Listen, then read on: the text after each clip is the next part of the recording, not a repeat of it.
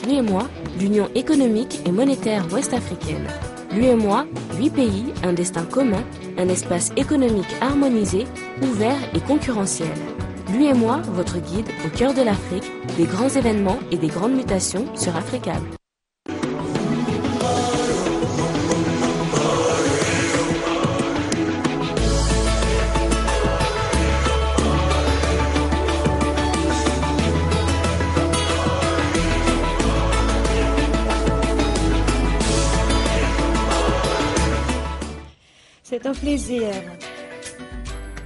C'est un plaisir de vous retrouver pour ce rendez-vous de l'information dont voici les titres.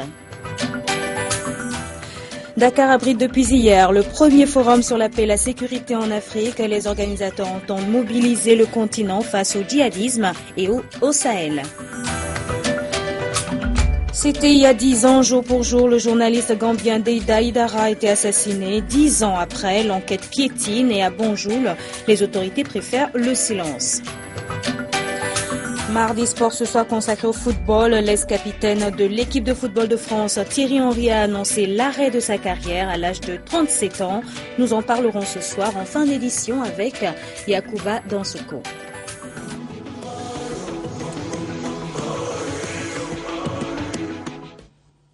Mesdames, Messieurs, bonsoir et bienvenue. Et voici donc pour le sommaire de cette édition, nous poursuivons avec à présent la Gambie.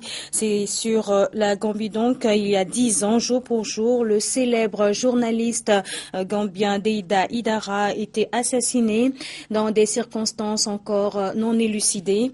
10 ans après, sa famille n'a toujours pas obtenu justice et réunie à Dakar, plusieurs associations de défense des droits de l'homme lui ont rendu hommage. Retour sur cet assassinat avec Kolsian Garsou. Nous sommes le soir du 16 décembre 2004. Deida Idara est en voiture. Il vient de finir le bouclage de son journal et raccompagne 2 collègues avant de rentrer chez lui. Selon des témoins, il aurait pu voir dans le rétroviseur un taxi qui venait à toute allure. Arrivé à sa hauteur, les gens qui étaient à l'intérieur ouvrent le feu. Deida Idara est atteint à la tête, à la poitrine et à l'estomac et décède.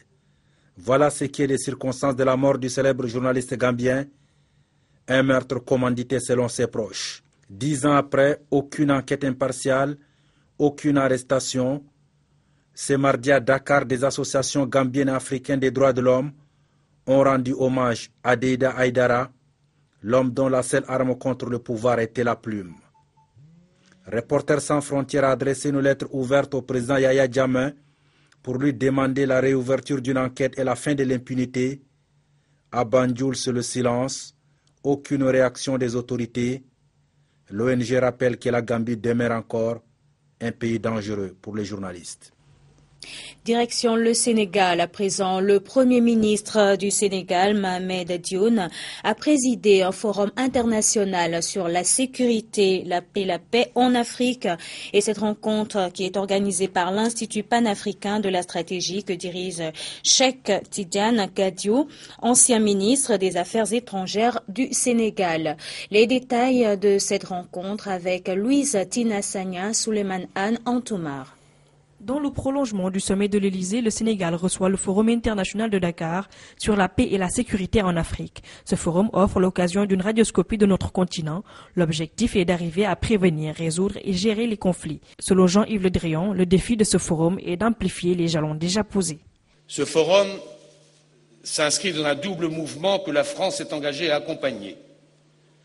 Celui du renforcement des capacités africaines et celui de l'appropriation par l'Afrique de ses propres enjeux de sécurité. Aujourd'hui, les premiers acteurs de la sécurité en Afrique, ce sont les États africains, ce sont les armées africaines, ce sont les organisations africaines. Ce forum étant l'aboutissement d'un long processus de concertation, réunit personnalités civiles et militaires de tous les continents. Le Sénégal est conscient que la prise en compte des défis sécuritaires en Afrique est une condition préalable à tout processus de développement socio-économique. Cette rencontre de Dakar se veut donc une plateforme d'échange, de dialogue sur les questions stratégiques relevant de la défense, de la sécurité et de la paix en Afrique. Ce faisant, En réunissant pendant 2 jours les officiels, les experts, les universitaires, la société civile, il s'agira plus spécifiquement de fédérer le maximum de sensibilité et d'avoir des discussions ouvertes sur tous les sujets de l'heure, aptes à mieux appréhender les enjeux sécuritaires actuels et à nous orienter vers des solutions structurantes pour une paix durable en Afrique.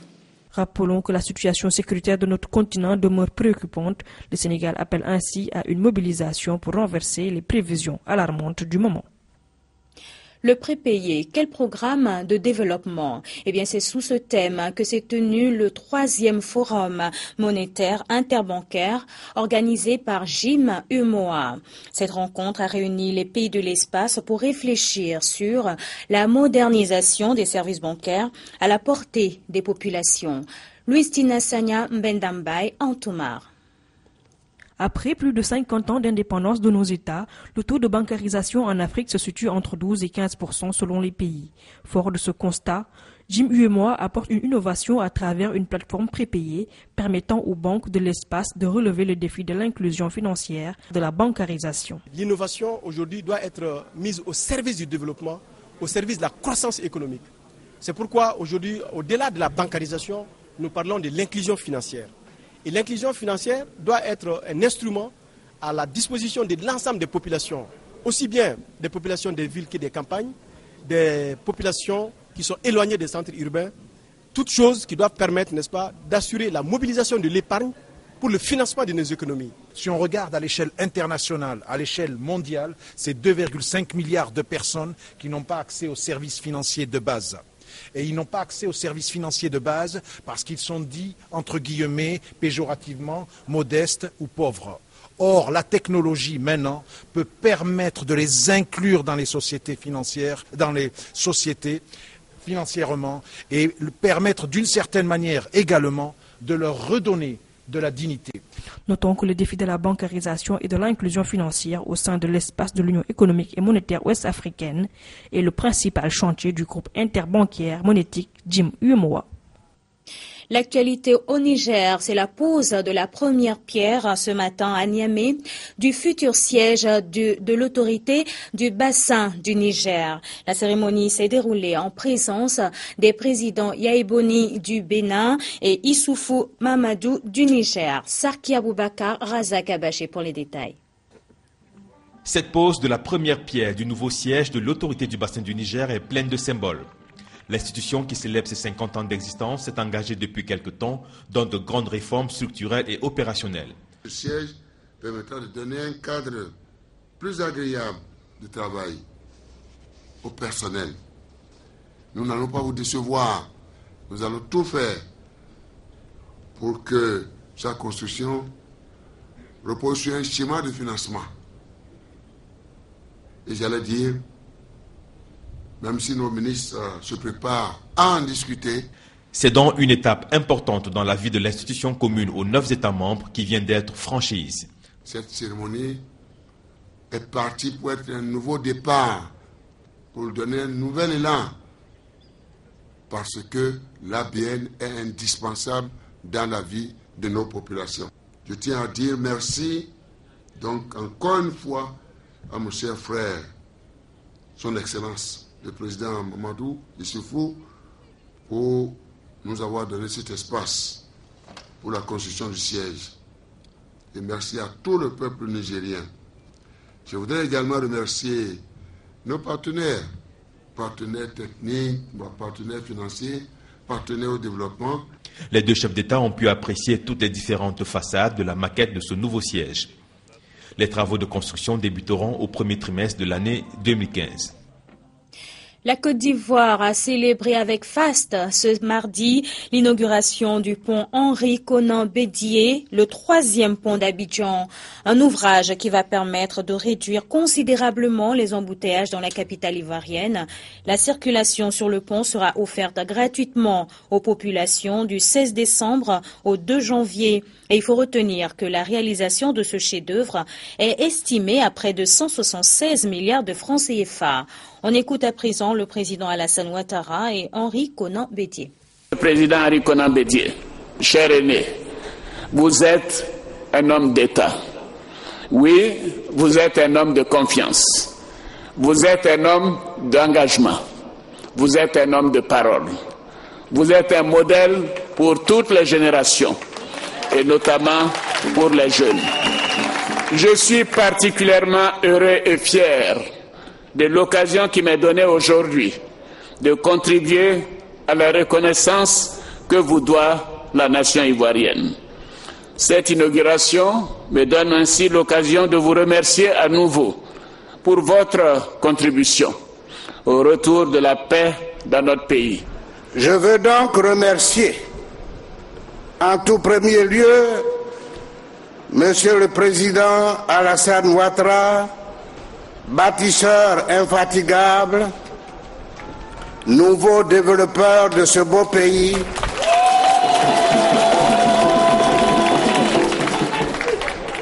Alassane Ouattara, d'avoir pérennisé mon nom en l'inscrivant à jamais sur la stèle de ce magnifique pont.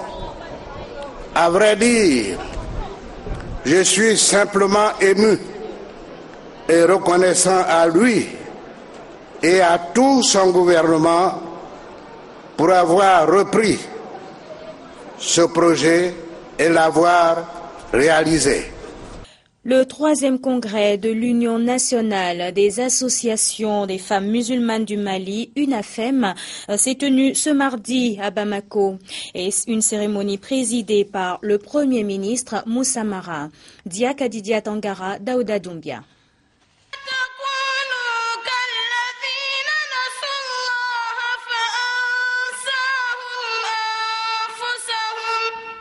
Cette lecture du Saint-Coran a donné le ton à ce 3e congrès de l'UNAFEM, l'Union nationale des associations des femmes musulmanes du Mali. Elles étaient réunies autour du thème « Rôle de la femme musulmane dans la paix et la réconciliation nationale ». Il se révèle que ceux qui n'ont pas compris que l'islam, la religion du prophète Mohammed, paix et salut sur lui, prône la paix et la fraternité, sont ceux-là même les véritables ennemis de notre religion. L'UNAFEM a toujours œuvré par la sensibilisation, les lectures du Saint-Coran, les prêches justes, correctes et didactiques pour l'union des cœurs au sein de la communauté musulmane.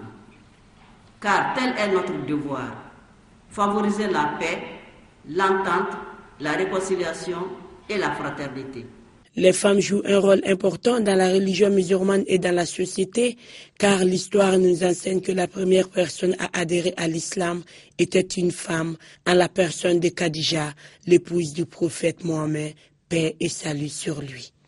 Le Premier ministre Moussa Mara, qui a présidé la cérémonie, a exhorté les femmes musulmanes à prier davantage pour la stabilité du Mali. Ainsi, en optant pour le thème qui nous réunit, vous avez fait le choix judicieux d'accompagner les efforts de l'État dans son œuvre de réconciliation des cœurs et des esprits pour recoudre le tissu social et rendre à notre pays, notre cher Maliba, ces valeurs qui subsistent en chacune et en chacun d'entre nous. Les valeurs d'humanisme, de fraternité, d'amour pour son frère et sa sœur, d'amour pour son prochain. Au cours de ce 3e congrès de l'UNAFEM, il serait question d'examiner les rapports d'activité, de pencher sur les perspectives et d'aborder les questions de la réconciliation nationale. Et ce carnage qui a fait plus de 140 morts au Pakistan ce mardi, une attaque des talibans contre une école dans le nord-ouest du pays. Les victimes sont pour la plupart des élèves qui ont été tués par des explosions et aussi par des balles. Près de 124 personnes ont également été tuées. Il s'agit probablement de l'attaque la plus meurtrière de l'histoire du Pakistan. L'armée a quadrillé le secteur et l'opération pour déloger les assaillants a pris fin. Il est 10 h du matin lorsque des hommes armés attaquent une école de Peshawar où sont scolarisés des enfants de militaires pakistanais. Une attaque qui aurait fait une centaine de morts.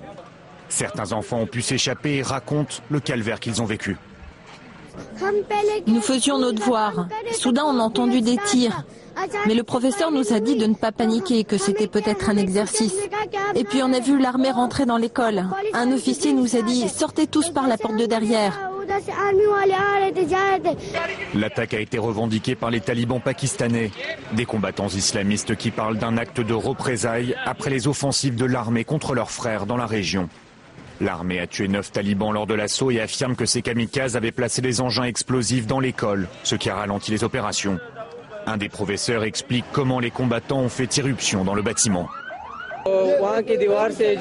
On était assis à la cantine quand on a vu à l'extérieur 6 personnes qui grimpaient sur un mur. On a cru qu'ils jouaient à un jeu avec les enfants, mais en fait ils étaient lourdement armés. Ils ont commencé à tirer sur nous, alors on a couru vers les salles de classe et on a fermé les portes. Les hommes entraient dans chacune des pièces. Ils tiraient et tapaient les enfants et les enseignants. À l'extérieur de l'école, des parents inquiets attendaient dans la matinée des nouvelles de leurs enfants, à l'image de ce père arrivé tôt sur les lieux. J'ai reçu un coup de fil disant que des combattants étaient entrés dans l'école et tiraient sur les gens. Je me suis dépêché de venir ici, je suis arrivé à 11 h. Un de mes fils a pu sortir sain et sauf, mais un autre serait encore à l'intérieur. Mes proches font le tour des hôpitaux pour essayer de le trouver. Dès l'annonce de l'attaque, le Premier ministre pakistanais a décidé de se rendre à Peshawar. Nawaz Sharif parle d'une tragédie nationale, d'une attaque perpétrée par des sauvages. Retour sur le continent africain à présent, le gouvernement gabonais promet un retour à la normale face à la pénurie de carburant qui paralyse la plus grande ville du pays. Mais en attendant l'issue heureuse de la crise, celle-ci fait l'affaire des commerçants de récipients vides, très recherchés ces derniers jours par les automobilistes en quête de carburant. Le constat d'Ismaël Obianzé, Gérard Idji à Libreville. Le PK5 à Libreville renforce sa réputation de fief de vente de bidons et des fûts à multiples usages. Avec la pénurie de carburant du moment, le marché affiche une fière allure et donc plus un pas dans ce tumultueux quartier sans ses récipients bien ou mal recyclés. On les achète chez les femmes qui vendent des gâteaux un peu de partout. Bien sûr, les femmes là nous vendent ça sale. On prend le taxi pour amener, on lave parce qu'on ne peut pas vendre un bidon sale. On part à plein pour aller chercher les bidons partout. La crise accentue le besoin et la demande croît sur le marché, un marché devenu onéreux selon les clients. On peut rien. On peut rien, comment on peut rien. Nous sommes obligés d'acheter, même si les bidons flambés. Il y a d'abord 2000 le bidon. Le bidon est maintenant monté à 5000. Il y a les fûts.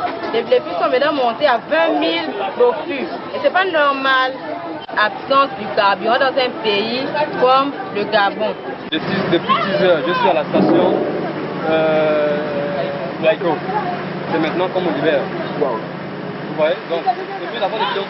Et même pour faire le plein de ce véhicule, on a dû négocier.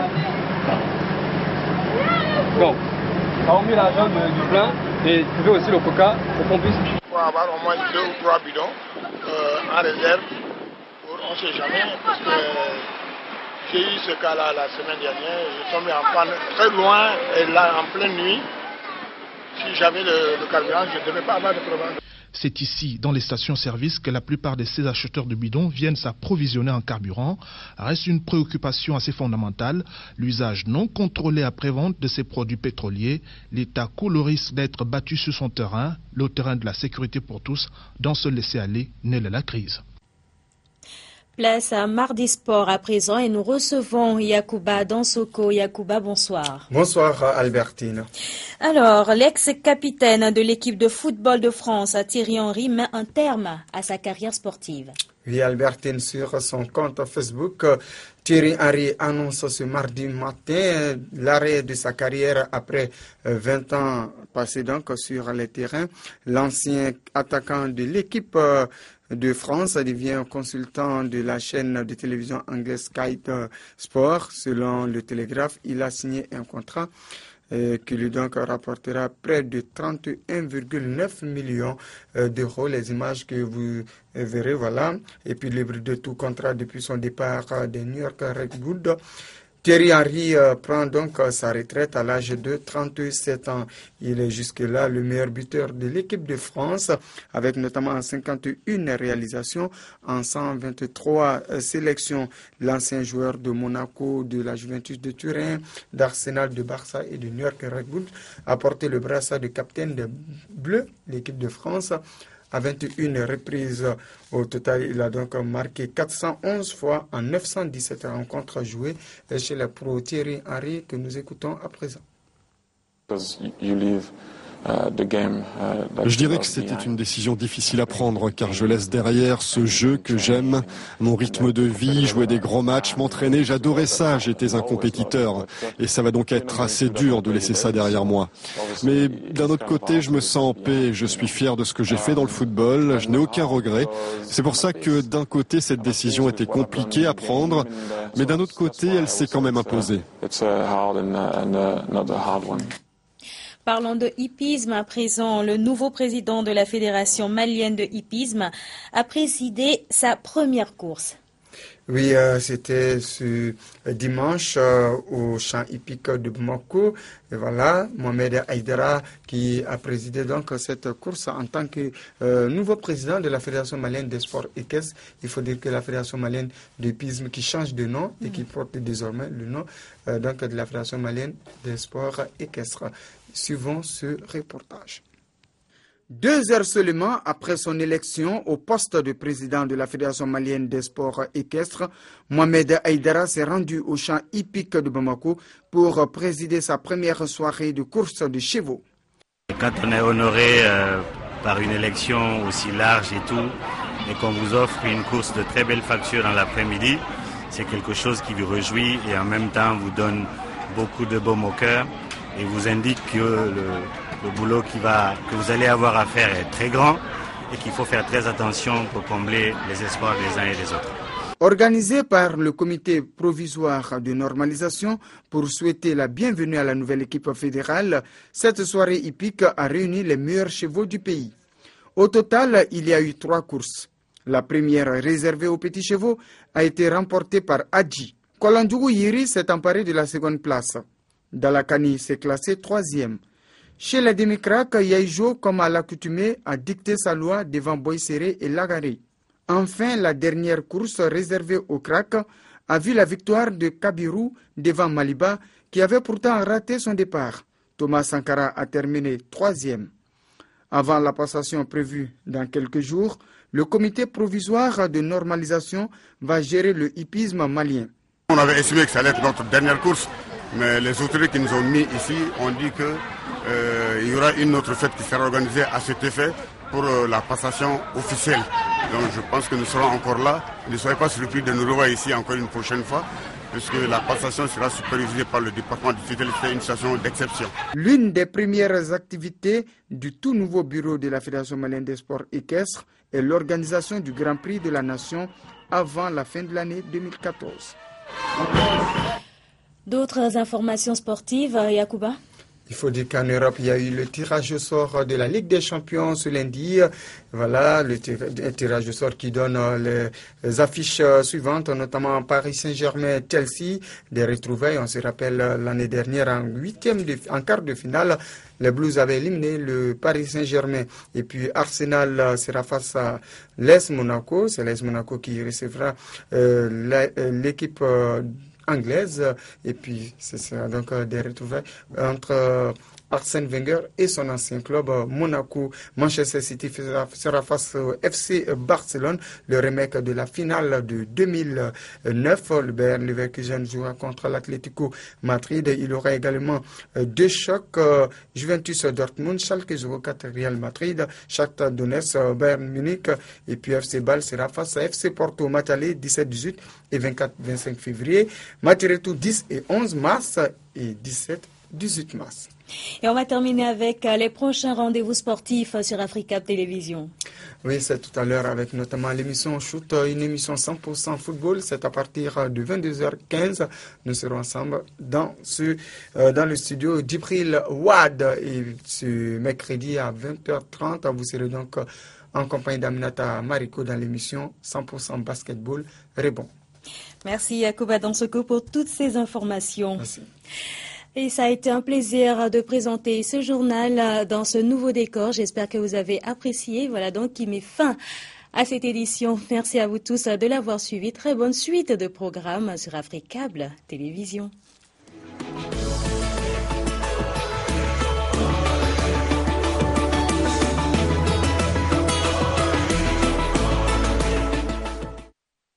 L'UEMOA, l'Union économique et monétaire ouest-africaine. L'UEMOA, 8 pays, un destin commun, un espace économique harmonisé, ouvert et concurrentiel. L'UEMOA, votre guide au cœur de l'Afrique, des grands événements et des grandes mutations sur Africable.